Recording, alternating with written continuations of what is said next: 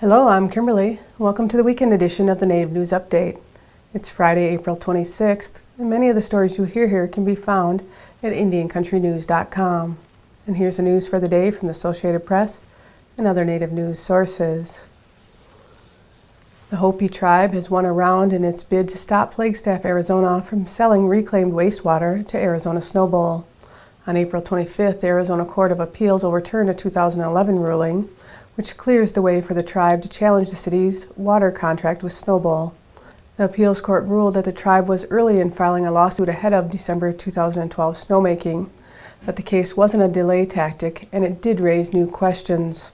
The Hopi are suing under an assertion that Flagstaff's decision to sell reclaimed wastewater to the Snowbowl ski resort causes a public nuisance. The tribe says that interferes with much of the public's ability to enjoy life or property.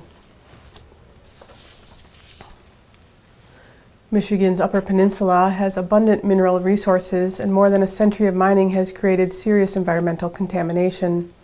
From iron ore to gold, the mining legacy in Michigan's UP has left both positive and negative impacts on the region. But a new report says the pollution caused by hard rock mining has disproportionately harmed Native American tribes. The National Wildlife Federation report says more than a century of mining operations has contaminated fish and other native wildlife that are a major part of Native American culture. The report calls on President Obama to close loopholes in the Federal Clean Water Act that allow mining operations to dump wastewater directly in the wetlands, streams, and lakes.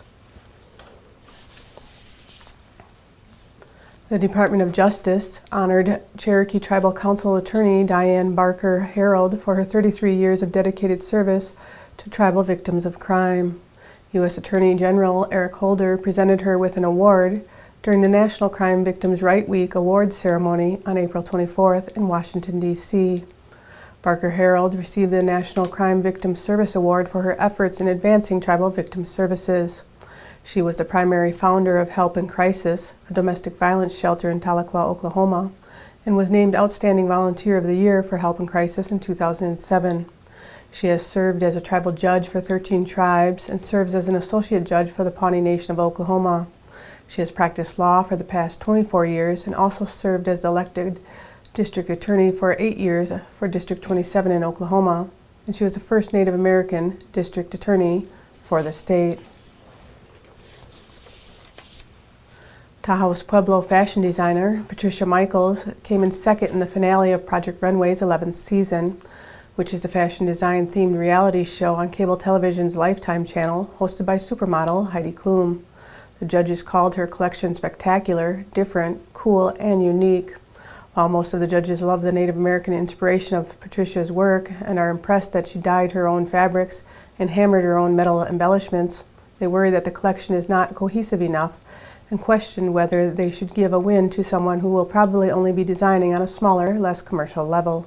Michael's 12-piece collection, inspired by trees embellished with horsehair and handmade sterling silver sequins, created quite a stir among the celebrity judges on the panel, including famed dress designer Zach Posen, who dubbed it Techno Powwow.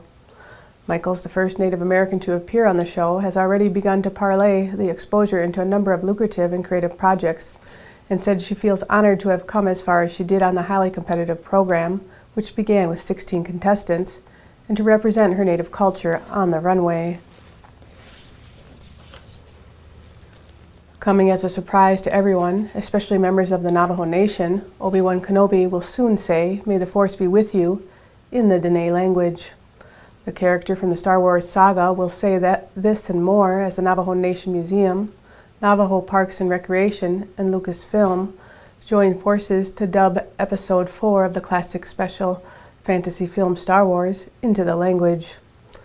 Manuelito Wheeler, the director of the Navajo Nation Museum, said he's been working on the idea of getting a popular film dubbed into Navajo for more than 3 years as a way to preserve the language. The Navajo Nation Museum is now working with Deluxe Studio, and plans are underway to dub the movie into the language using a group of Navajo-speaking members who will be going over each spoken word in the movie and translating it into the Diné language.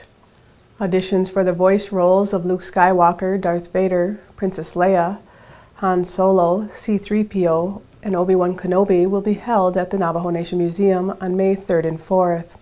For more information, you can call 928-871-7941. And that's another roundup of news from Indian Country on this edition of the Native News Update. I'd like to thank you for joining me, and have a grand day.